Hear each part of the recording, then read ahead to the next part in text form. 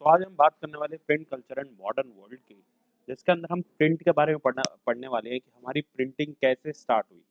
तो स्टार्टिंग में earliest kind of printing technology अगर आप देखोगे तो वो कहाँ पे स्टार्ट हुई थी। It developed in China.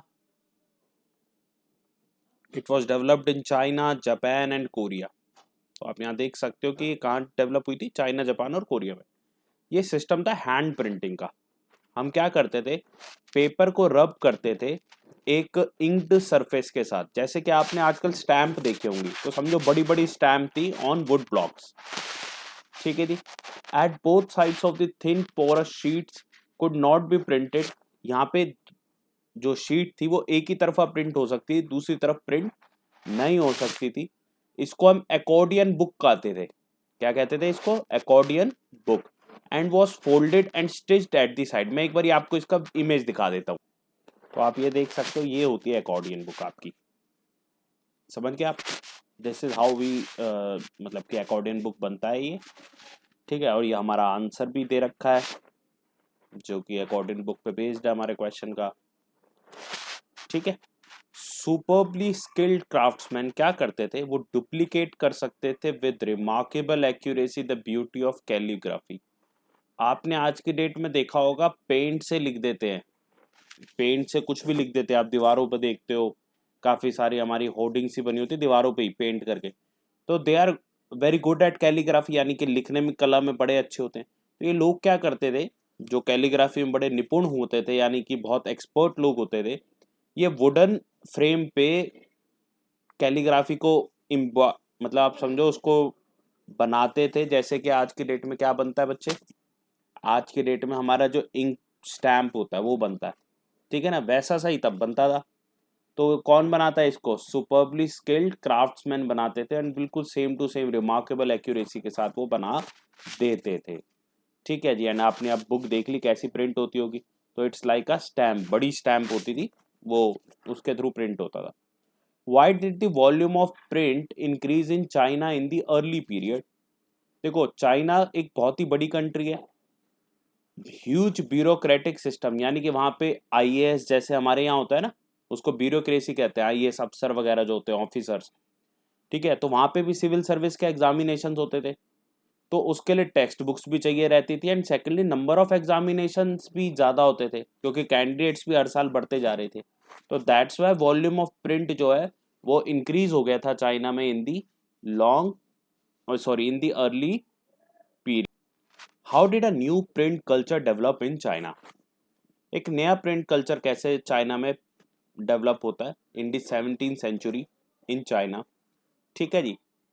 या फिर प्रिंट कल्चर कैसे इन्फ्लुएंस हुआ by the rise of cities in China. By the 17th century urban culture flourished in China. Urbanization आने लगी थी, प्रिंट के यूजेज डाइवर्सिफाई हो गए थे। अब सिर्फ पढ़े लिखे लोगों के लिए यूज नहीं होता था ये, इसको मर्चेंट लोग भी यूज करते थे। ठीक है जी। मर्चेंट लोग भी यूज करते थे for collecting trade information. Reading एक लेजर एक्टिविटी, यानी कि अब मजे के लिए भी पढ़ने लगे थे लोग, क्योंकि अब यहाँ पे लोगों को कहानियां भी लिख के दी जा रही थी।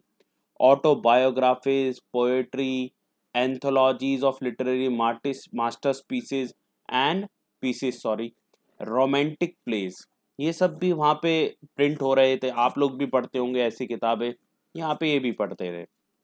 रिच वुमेन जो थी वो पढ़ने लगी थी यहाँ पे, पोइट्री पढ़ती थी, प्लेस पढ़ते थे। क्योंकि देखो उस टाइम पे आप ये समझो 17th सेंचुरी में कोई टेलीविजन, मोबाइल फोन्स तो होंगे नहीं, तो टाइम पास कैसे करें, कुछ तो चाहिए ना एंटरटेनमेंट के लिए। तो वो बुक्स रीड किया करते थे।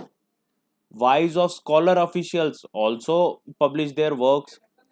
कोटिशियन जो कि राजघरानों में होते थे, वो अपनी लाइफ्स के बारे में लिखते थे, भाई हमारे राजा ने ऐसे किया, हमने ये देखा, हमने वो देखा, ये डेवलपमेंट देखी, वो सब कुछ है।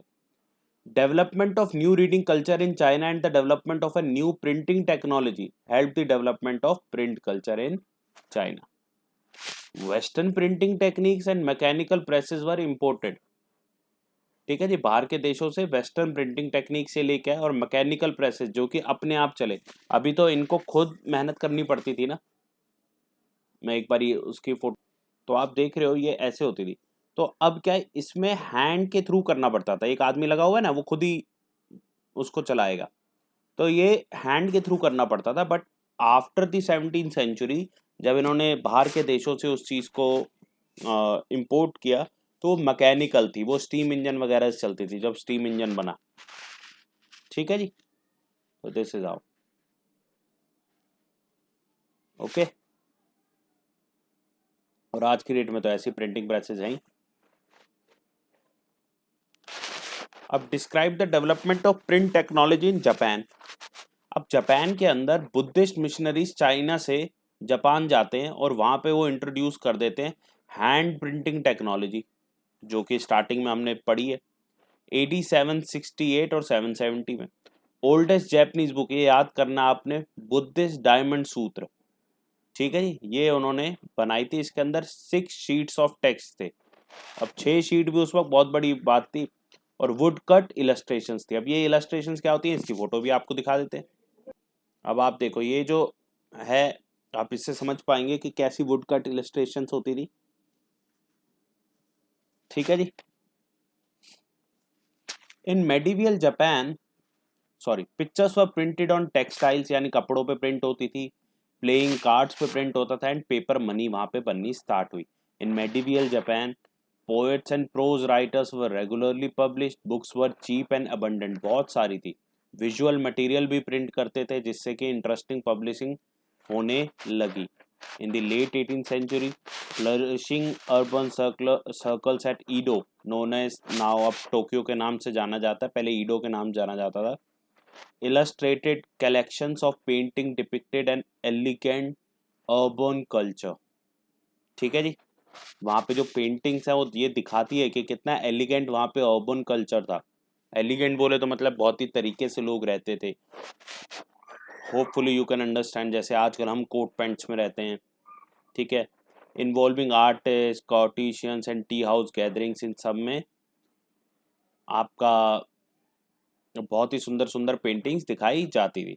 Libraries and book stores were packed with hand printed material of various types, books on women, musical instruments, calculation, tea ceremony, flower arrangements, proper etiquettes, cooking and famous places, इन सब के बारे में बहुत कुछ लिखा हुआ होता था। वो हैंड प्रिंटेड मटेरियल भरा हुआ था लाइब्रेरीज में, लोग जाते थे वहाँ पे और पढ़ते थे।